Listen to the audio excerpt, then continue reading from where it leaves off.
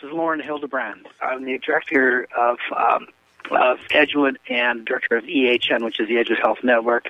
I've been at Edgewood for about 20 years, out of the 21 years, and I'm not in recovery, but I have certainly taken my time to learn about the various issues that confront our us and our field.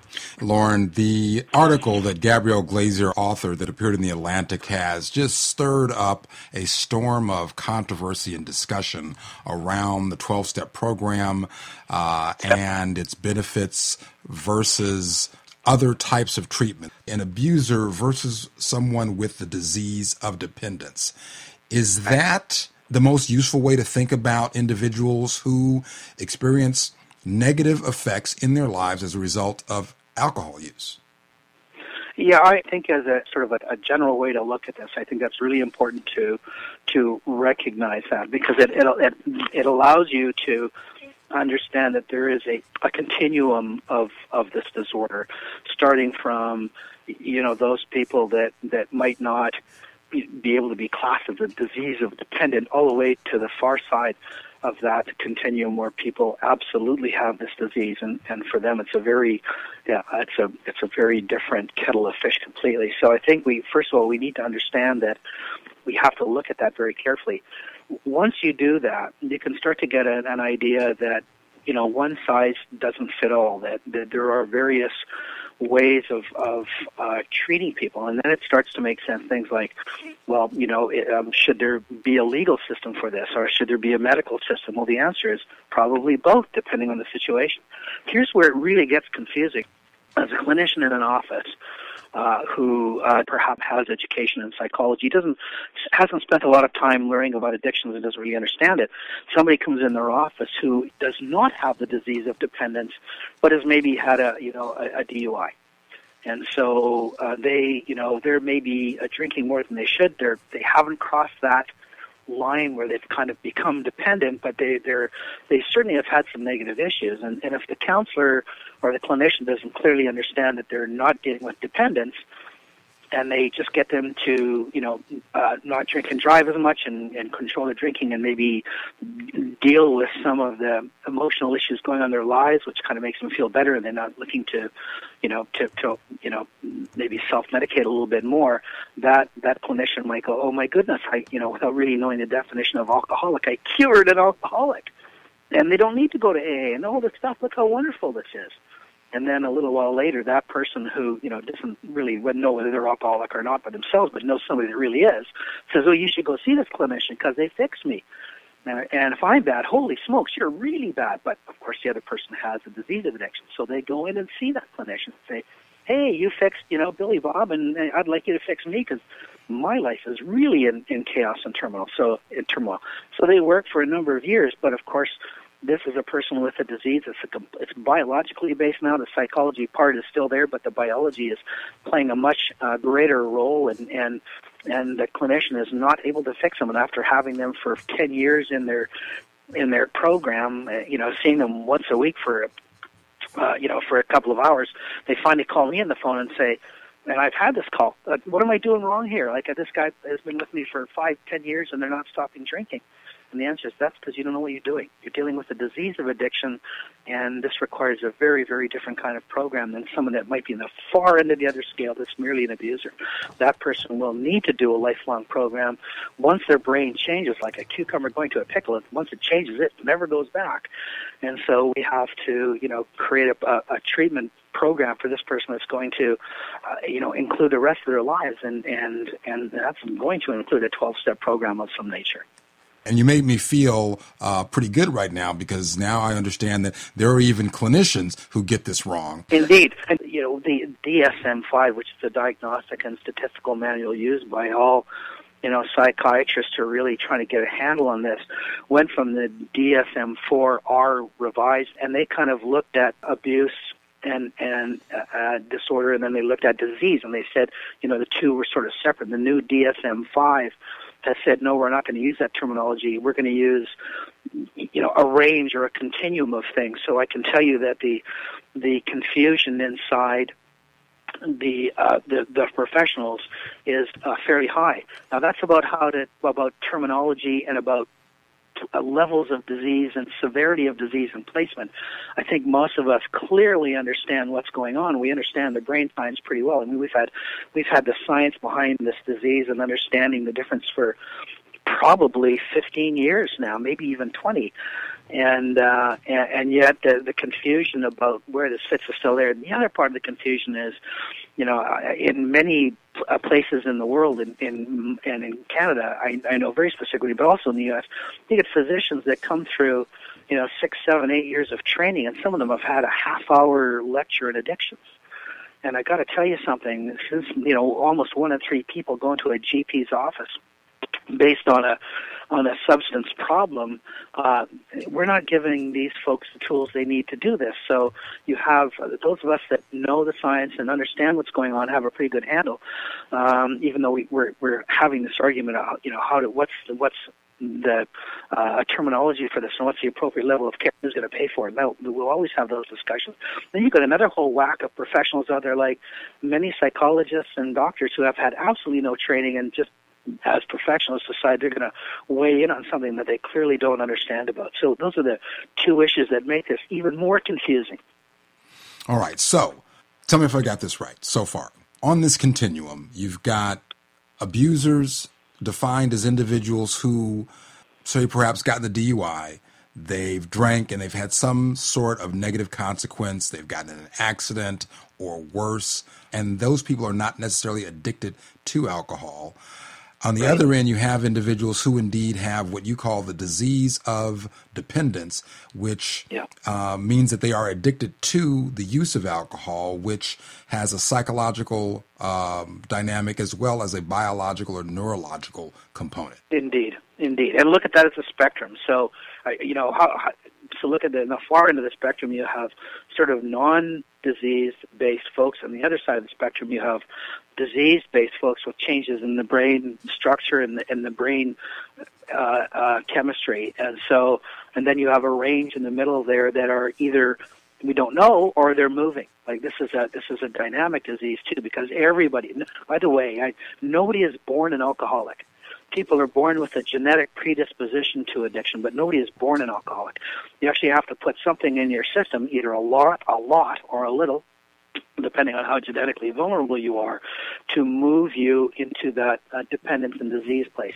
And so it can happen very quickly, or it can happen over 40 years. And so we don't, someone in the middle of their brain moving, we don't quite know where they are. We don't know how to class that. So that's another complication that makes it a little harder to think about this and understand it clearly. So let's talk about what is that, Lorne? I had some weird noise. What are you doing over there?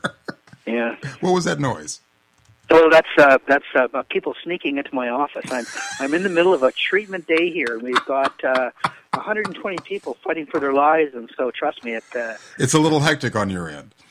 It's a little hectic. It's great work, but oh my goodness, it's hectic. Yeah. All right. Well, if you have to jump off, if you have to go deal with something that's certainly more urgent than this conversation, please let me know and we can pick this up at another time. Well, I appreciate that, but I got to tell you something. I think these conversations are, we can change one patient at a time, but how do we get our society to think about this, in a clearer way and understand the complexities? This is as important and maybe more.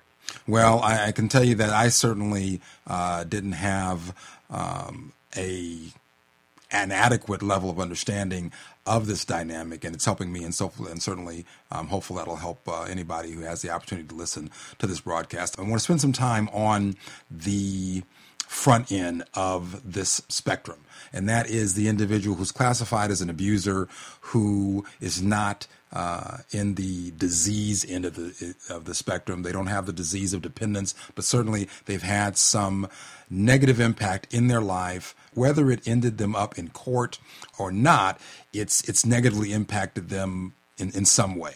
Maybe it's cost them a job, or they can't get anywhere on time, or they had a one-off incident, or whatever's going on. Yep. For those individuals, is it accurate to say that the issue of their abuse and the reason why they've been negatively impacted by alcohol is primarily psychological. It's not biological or neurological yet. As a generalization, that would probably be true. But let me just add to that I think one of the quick ways of trying to decide where in that continuum you might place a patient or a client would be probably down to this, is that most people can do something stupid and get a DUI once. But normally what happens in a normal brain is there's a lesson learned and you don't do it anymore. And so I think that one of the ways that you can look at it, so the way you phrase it, if you lose your job, that is such a negative problem. And given that we have a society that generally allows some lenience in labor laws and other things that kind of, don't, duties to accommodate and care and all those other legal principles that we have. Generally, if you have repeated negative consequences, that's the way to see this as more of a problem. And I also want to say because most people are uncomfortable dealing with this, and this is a difficult disease to deal with, and by the time something starts to show on a regular basis, I suspect that we've wandered way over the line into dependence. And so I think it's sort of like some of our contracts go and say, well, gee, everybody, we refer to you tell us is has a disease of dependence, and why do you do that? Aren't there? I thought you told us that there were people on the other side of that spectrum. How come we're not? How come you're not finding those people? And usually the answer is because once you start to get into trouble, the family dynamic changes, the group dynamic changes, and people cover it up and hide it. So by the time it ends up to be a problem, we're usually well down the continuum. So I think what everybody needs to know, and what's really important, is if there are repeated negative consequences, that's a real issue. In other words, get it, driving, under the influence once, okay, you could just be silly and you need to learn something. Get it twice, that's suspicious. If you've had 3 of these things, you need to get into a treatment center. So I think that the way we look at this is if there are repeated negative consequences, that's when red flags need to go up. If we're dealing with someone who it's a one-off and the law enforcement officers, people who are caught speeding and other types of incidents like that, they tell us that, you may have gotten caught once, but that means you did it a bunch of times when you didn't get caught. But let's just call it, for sake of this discussion, an abuser who got the first DUI. Perfect. Okay. They learn their lesson. They say, I got to get this in check. This is not good. I can't afford this. I see really bad stuff happening if I continue this. This is not who I am. This was really stupid. So they self-regulate. They curtail their conduct.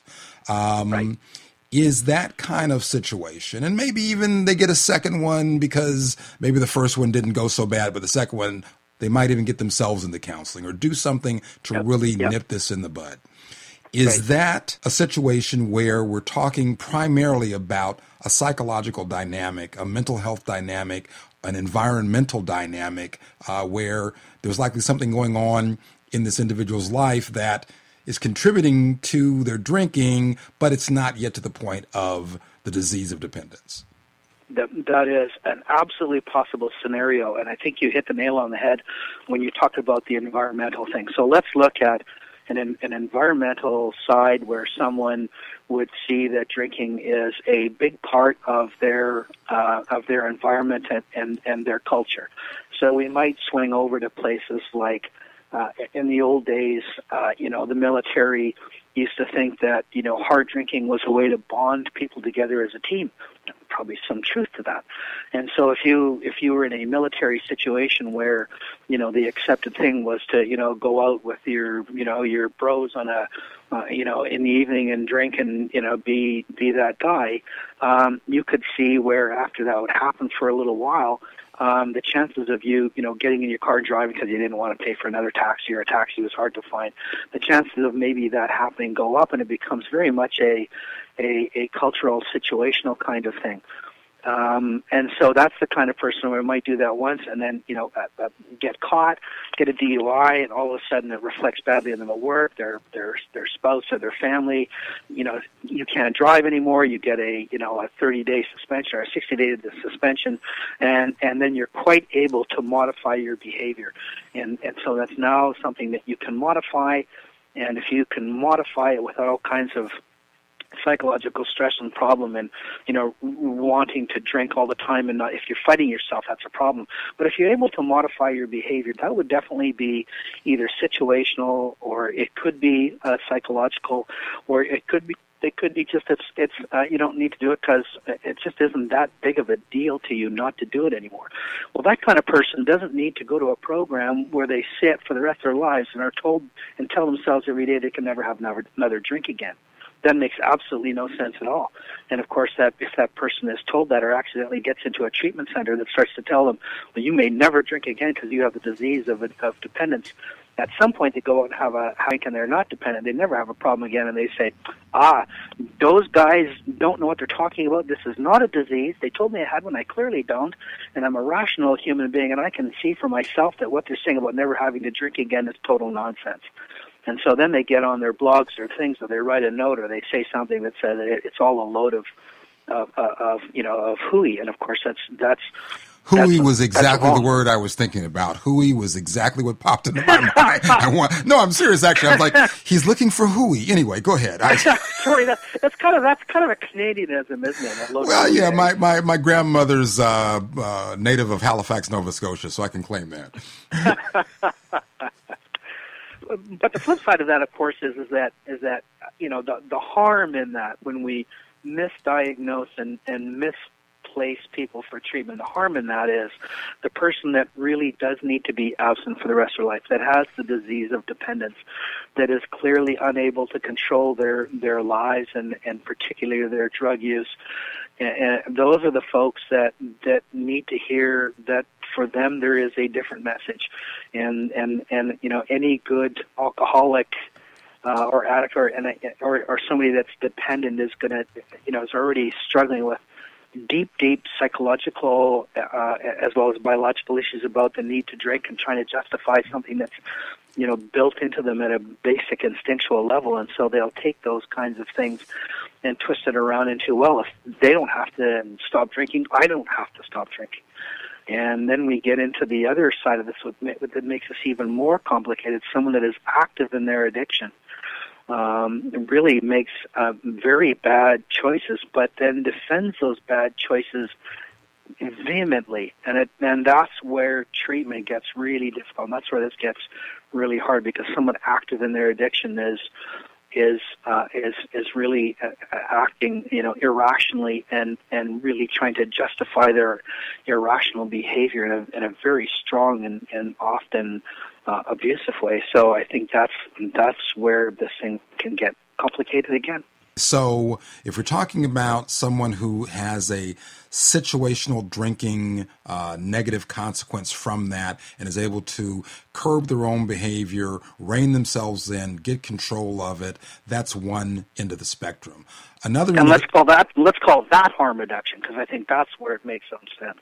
Okay, so harm reduction insofar as they're able to take steps to self-regulate or maybe get a little assistance, but certainly they're driving this curtailment and able to regulate, curtail, correct, so that Correct. It does not continue. Correct. All right. So on the other end of the spectrum, you've got someone who has the disease of dependence, who indeed that's not going to work. They're not able to self-regulate, and abstinence for individuals on that end of the spectrum is the goal. But what I'm hearing you say is that they may not be able to get there straight away. There may be some steps in between that need to happen. Correct. And then now we get down to, those things that make a difference. In the States, do you have insurance, and will that insurance cover treatment, and will it actually cover long-term treatment that's effective versus, really short-term treatment that's ineffective? We had a young woman try to come to us, and she was a heroin addict. She was working, wonderful person, had a child, desperately wanted recovery, but if she left for 2 months in treatment, and I think, on the hard end of this spectrum of disease, long term is really important. She couldn't leave her daughter. She'd lose her daughter. She'd lose her job.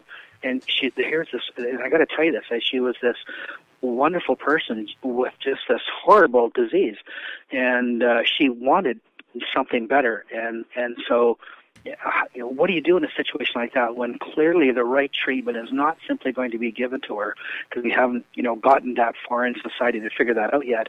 Then how can you help her? How can you meet her where she's at? How can you offer her programs that maybe this is going to be a gradual movement, and a gradual movement is all that is, can be reasonably expected because of the situation. And so then we end up, now having said that, anybody with this disease, needs to get directly into treatment and get it sorted out right away. But since that's not a practical goal, we've got to try to figure out ways to engage these people at whatever level we can engage them at the best that's possible, and then keep trying to move them forward into a point of abstinence and then recovery.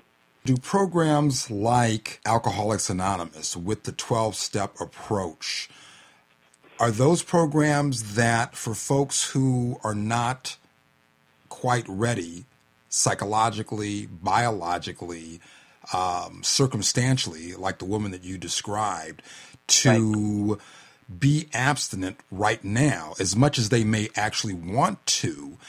Is the 12-step approach with programs that are voluntary something that should complement a treatment facility like yours? My opinion is it absolutely needs to be complementary. I think for a couple of reasons. I think the first reason is when we look at some of the latest techniques like cognitive behavioral therapy, CBT or DBT, didactic behavioral therapy. I mean, there's a number of range of tools that we have. But inside of a treatment center like ours, which incorporates elements of the 12-step program, we find that it does all of those things anyway. And so, a good 12-step treatment program, we have psychiatrists and doctors, so we look at the biological side of this. We have spiritual counselors that try to develop a sense of self-worth and an ability to, I don't want to get strange here, but love yourself, and then, and feel like you have a place in this world and are willing to listen to outside help and those kinds of things. I think is really important. The other side of this is for those people with this, severe cases of this disease, the long run is it's not going away. Like once you change your brain is, you're forever an addict. It's like having diabetes. I mean, it's very similar. It's genetically inspired. You have to do something like maybe smoke or, be overweight or not eat right. Something triggers the diabetes. And once you have it, you've got it for the rest of your life. And you're going to have to do something about it for the rest of your life. And so if you have diabetes, you don't wait for 5 years and say, gee, things have been good. I'm going to go eat, 10 gallons of ice cream and stop taking my insulin. That's a recipe for disaster. And the same thing happens with this disease. So once you have this disease, you must continually make sure that you look after yourself. And given that this is a disease of volition, it always is in the back of your brain trying to twist parts of your brain and the anterior cingulus and the amygdala and raise some of the mid parts of your brain. You have to have a way to kind of keep that disease in check. And the best way to keep it in check is to go to a 12-step meeting and have, and have a sponsored home group and all of those other things. So you can start getting feedback, which is you might not be seeing this, but you're starting to act crazy again. When you start acting crazy, the next step after that is your brain's going to trick you into using again. And so we really believe that long-term recovery means long-term engagement in a 12-step program. And the beauty of this thing is they're everywhere and they're free. I had a friend go to Beijing and said he's actually in the field and in recovery, and he's in Beijing and he's seeing all the stuff and he's feeling really uptight and he's seeing things that he finds quite horrible. So he says, I found 12 meetings that night in Beijing. He says, I went and sat down in a meeting. I didn't understand a word that they said exactly because everybody was speaking whatever they were speaking. But he said, I sat in this meeting and I heard these people talk, and he said, I knew what they were talking about because I'd been there. When it came to my turn, I stood up, I spoke my English piece, I felt great for getting it off my chest. He said, everybody around the room knew what I was going through. Nobody understand a word I said, but everybody knew what I was talking about. He said, I left that meeting, I felt great, and I was able to carry along with the stress and the pressure gone. And he said, and that meeting, probably like many other meetings, saved my life, or at least stopped him from picking up and using again. So I have a tremendous amount of respect and support for 12-step groups. And we're just starting now to get some good science behind these things that say it works. And here's the other complication in this. You and I can pick any opinion we want. We'll go find some study that'll back it up. But I can tell you that for someone that has, I have no need to be supportive of 12-step self-help groups or not. I could pick either way and that would be fine. But I can tell you that from 20 years in this field and seeing people stay sober, there is a vast number of people's sobriety has been dependent on the 12-step program. I do a brain chemistry lecture and I give it to families, I give it to people with this disease, I give it to professionals, and I talk about this stuff, and I use sort of neurology and science as the basis, and then try to translate it into what it means to us. And I give that lecture, and I've done it. In fact, I'm going down to Seattle, and I'm doing it next week. And on Monday, I do it to a group of clinicians across Canada, and this is the information that we need. And people generally go, "Oh my goodness, that's very clear." We get so lost in minutia and detail that we don't see the forest for the trees. And speaking of the forest for the trees, is it useful to think about this idea, the idea of addiction or the problem of addiction, and the 12-step methodology in this way? There are treatment programs, and then there are support groups. And they both really make up a constellation of what's necessary for people to get through this. Yes, that is a good way to do it. And obviously, from a clinical perspective, if you're going to ask someone to engage in a support group, it would be my suggestion that the treatment center have a familiarity with those support groups and be able to, use them so that the continuum of treatment is more seamless, as opposed to, okay, now that you've done this and you've been in treatment, and you've done all this great work, and you've been sober for 30, 60, 90 days, we're going to shake your hand and fire you out the door, and you can go find somewhere else. We need to have treatment that is more seamless than that. If 12-step is in some form is what we're going to use, let's have people in treatment centers that get familiar and comfortable in working in group situations, get familiar and comfortable with what AA is. One of the things we do at our treatment centers, we actually have an AA prep group. So you're going to go into these prep groups inside of our facility, and you're going to start getting some lessons from people that have, been in AA for many years, talking about what works, what doesn't work, what you can expect. AA is, a big world out there, and there are people in the rooms that might be using, and there are people in the rooms that have been, have 20 years of sobriety, and there are people that have these beliefs and those beliefs, and that's the way it should be. AA is it's a group of people coming together, sharing, and there's really no, rules, and so we really like the idea of getting people to know what they're going into and understand, and then they use it much more effectively and much more safely. And it's just not the 12-step principles for me are more than just going there. It's like getting a sponsor. It's doing service work. There's a whole series of things that go in there that really, when you look at the science, has some quite good science behind it about why it works and why it should work. And so I think there's a whole range of things there that we just think that treatment centers need to connect into, so that when you get out into the real world on your own, you have a much better chance of sobriety and happiness by knowing how to use those tools that are out there. And that brings me to this very basic question and premise, and tell me if I've got this right or if I've completely mangled what has been a really, really good explanation. AA is not a treatment program. Is that accurate? No.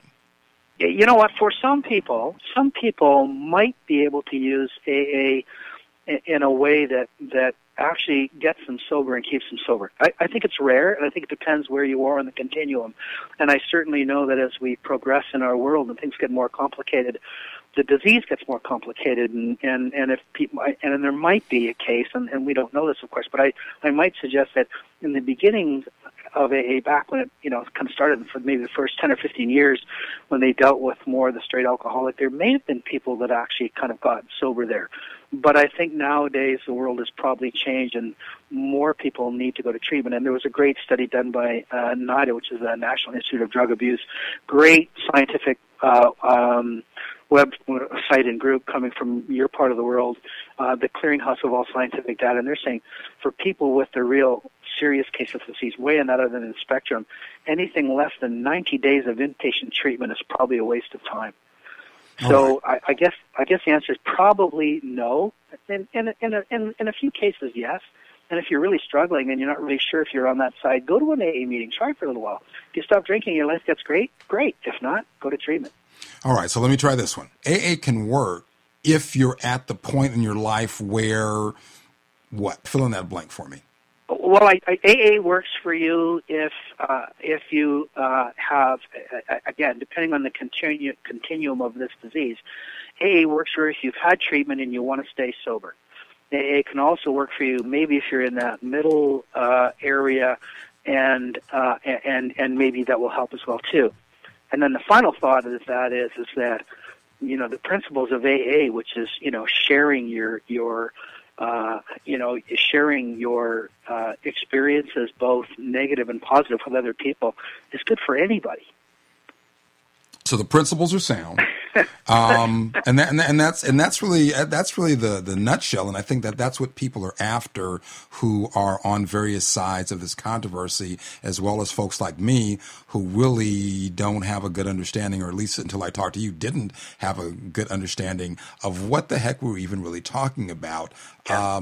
And so, depending on where you are on the spectrum, AA could be it for you. If you're in that midway point on the spectrum where the disease has not taken full neurological control of your brain, then AA could be the answer. But if you're further down, if you're further toward the end of that spectrum, then AA is not going to be enough. You're going to need a treatment program that's going to really arrest this situation for you.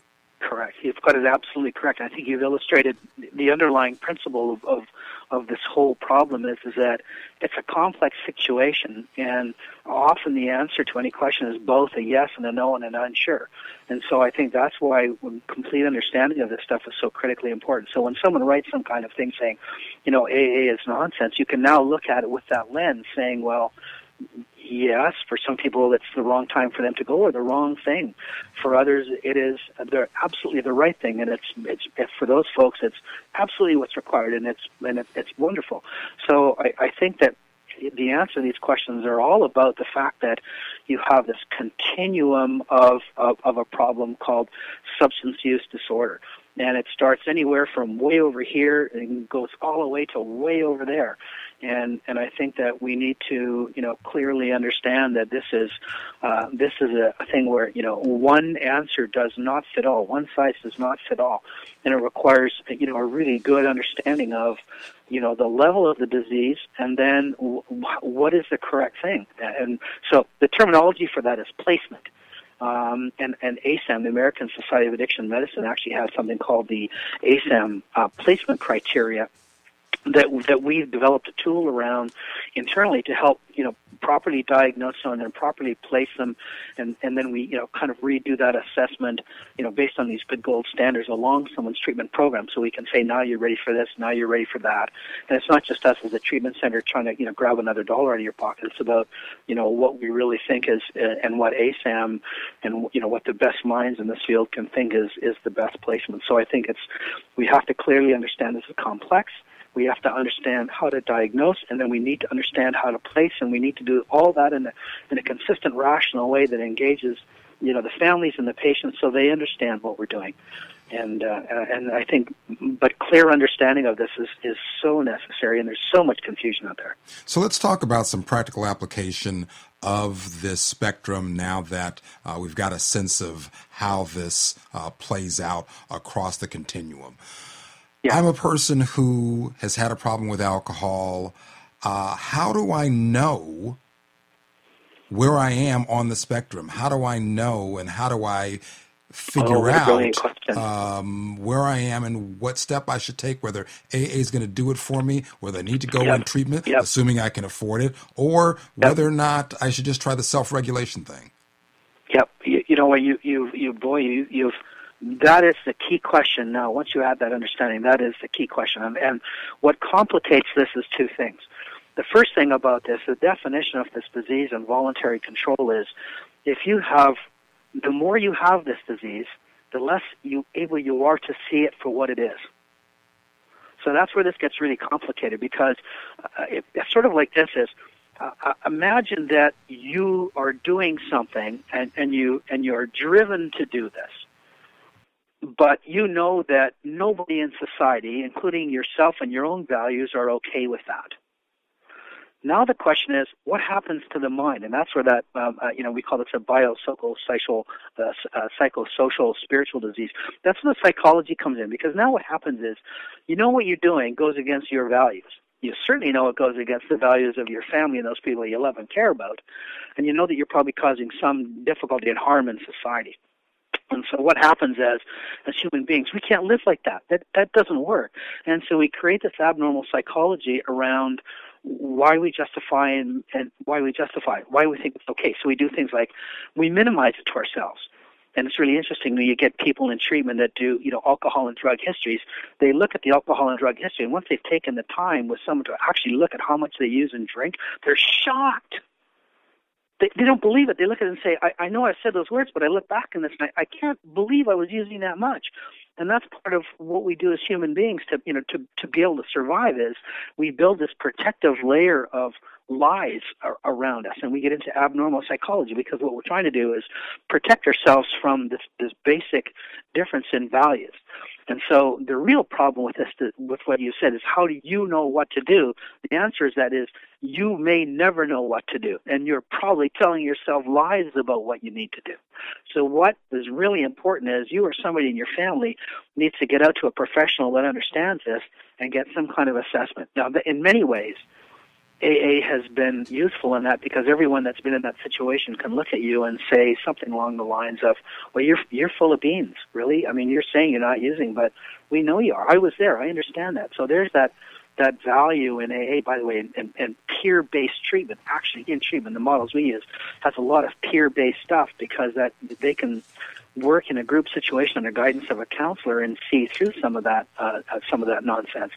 But it's really important to recognize that the farther down this disease you go, the less ability you have to look at it for what it is. And the problem is as a person with this disease changes and readjusts their psychology all the time, they usually pull support systems along with them. So the family at the beginning goes, oh, that's not acceptable, and they kind of accept it a little bit, and they accept a little more, and they accept a little more, until finally the family and the support systems, even places where the work setting is, start doing things that are abnormal and unhealthy as well. I mean, we never find a family that says, oh, when I married my alcoholic spouse, I knew that I was going to be, holding their head in the toilet when they're vomiting all the time, not seeing them at night, having to phone work and make excuses about not being there. Nobody starts doing that.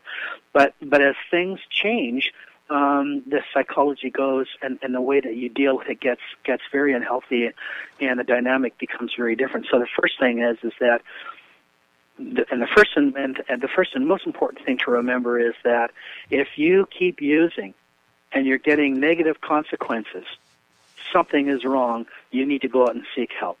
And I think that's the one that we can all, in a sense, very clear is, and if things keep continually going wrong in your life, stop blaming everything else in your life, and start wondering why it happens to you and why you are using all the time. And if there's a correlation.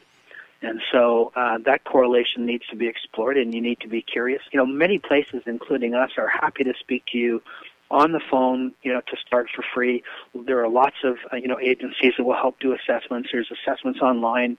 I mean, there are ways to start some of this stuff, but I think you just need to clearly say, if I keep getting negative consequences, and I use or drink all the time, maybe I need to look at what the relationship to those two are, as opposed to, and here's how the addict's brain gets really crazy. Well, I'm having all these negative consequences because people out there are mean or bad, and so I'm drinking because of that. Where actually, the opposite is true. The reason you're getting all those negative consequences is because you're drinking all the time. And that's where we need people to be able to step forward and be able to get help in terms of assessing these kinds of things. The problem is, if you don't understand the disease, how do you assess properly? And then we get into these crazy conversations like, how come 12 steps is bad, or what is harm reduction versus absence, when really those, for me, are smoke screens about what's really going on.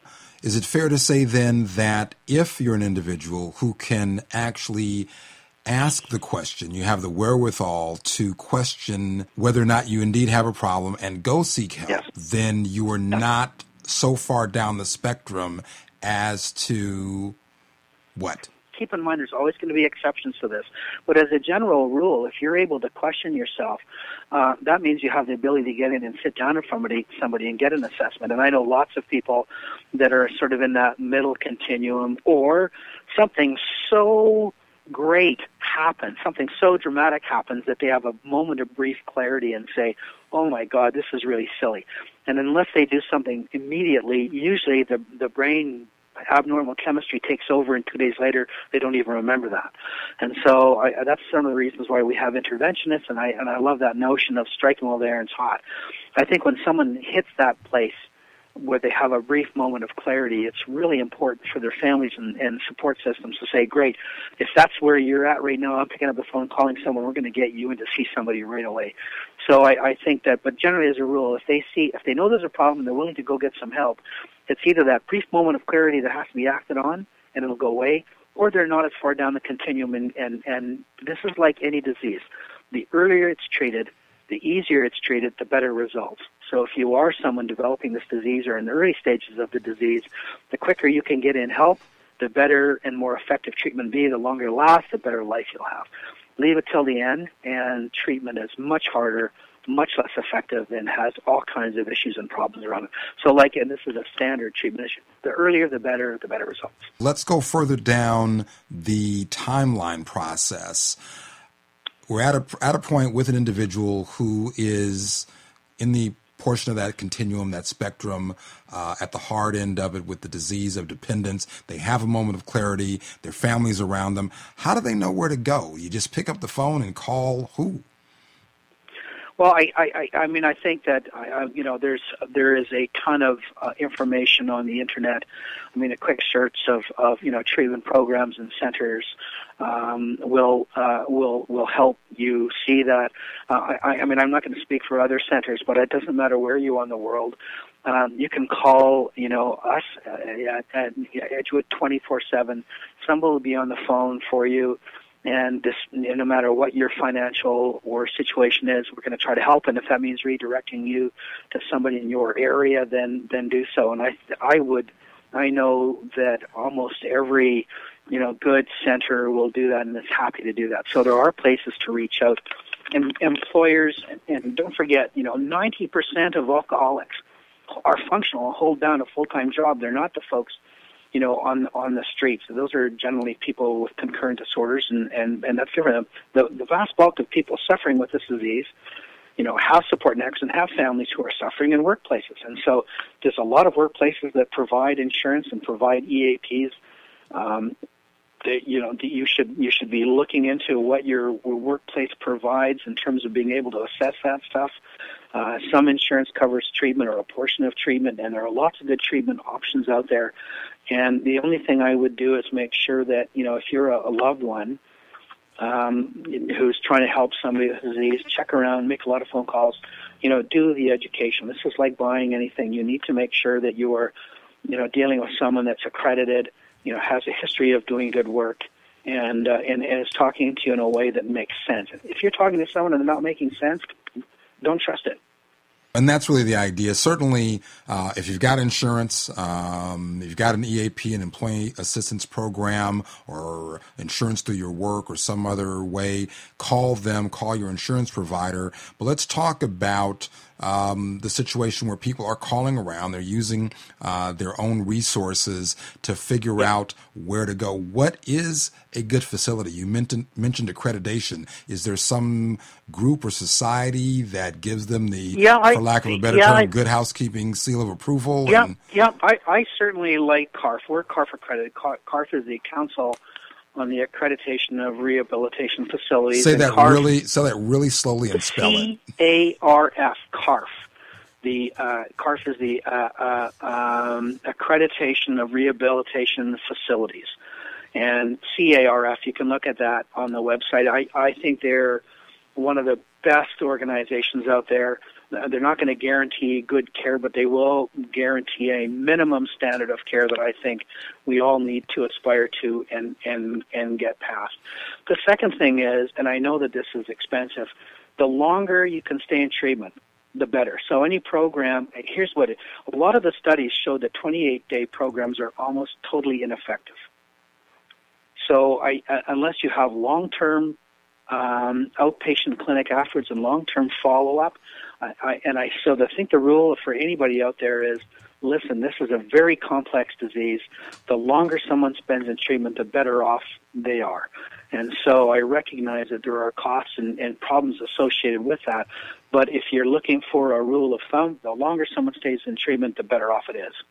I think given that we have so many co-occurring disorders and everything, you need to look at a place that's going to do the biosocial, spiritual part. So you want physicians and psychiatrists, if you can, to help you deal with the medical and psychiatric issues. You want the social, you want the psycho, you want good, qualified addiction counselors, CDPs in the U.S. or others up in Canada and other places around the world.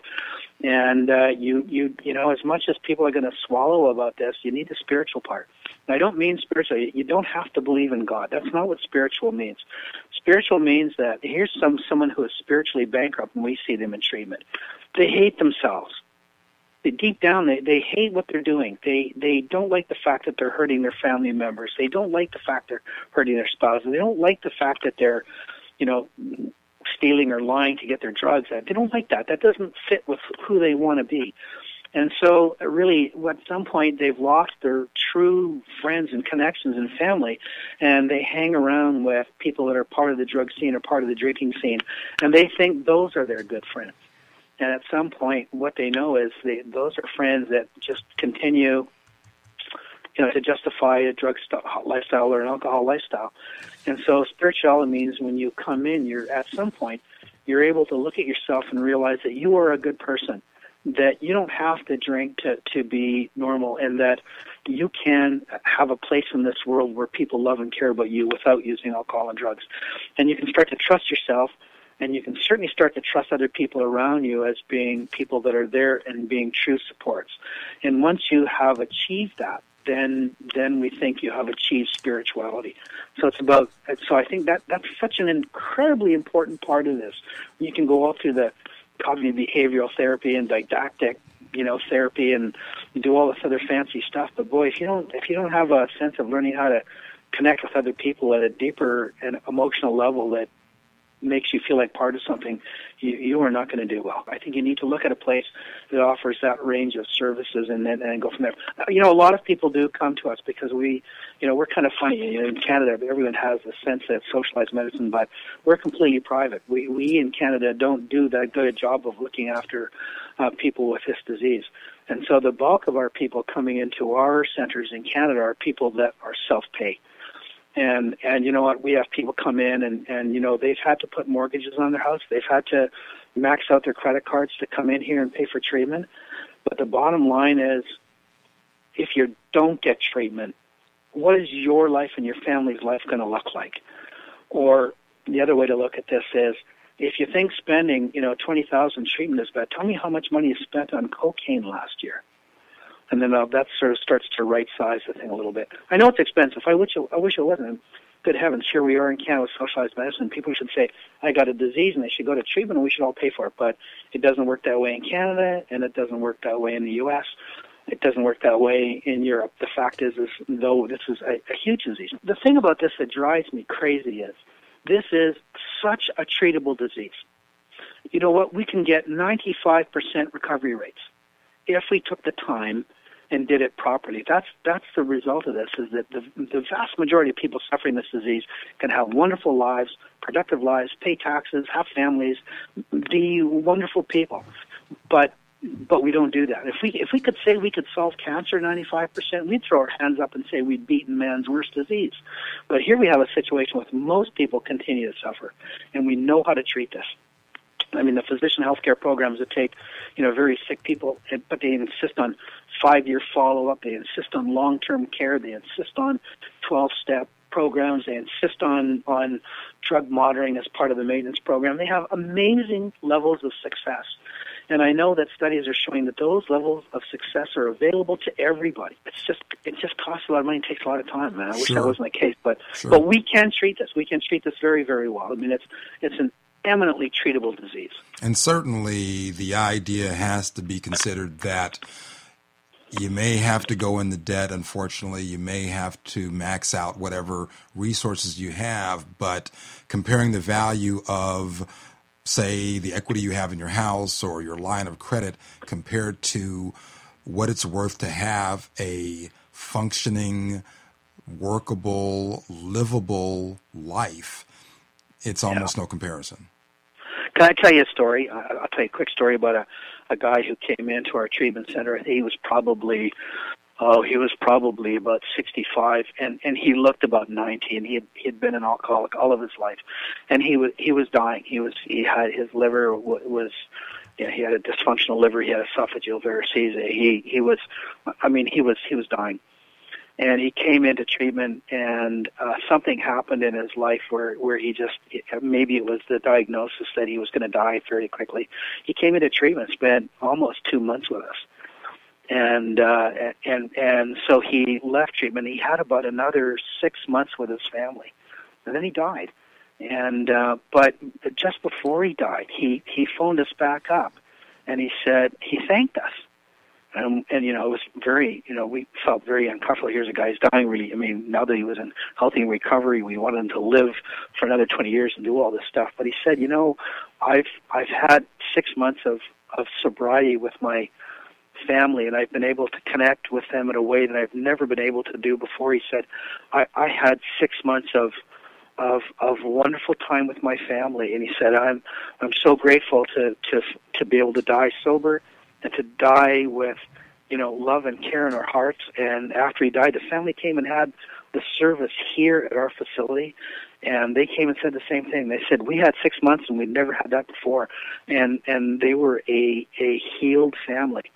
And it was an amazing and a wonderful thing to see, and that was the best thing that family told us they had ever done. Sure. What's having a life worth? With all of that information, I hope what becomes very clear is that this really is a situation in which we need, more, qualified professionals in our field that are able to help people see what's really going on in their lives and able to make, and help people make right decisions about where to go and what to do. Because as we continue to misdiagnose and misplace people, and this is to the professionals out there, we're the ones continuing to create the confusion, and we need to do our part to sort that stuff out. Lorne Hildebrand, Edgewood Health Network. You can find them online at edgewoodhealthnetwork.com, and it was an absolute pleasure talking to you. Thank you so much.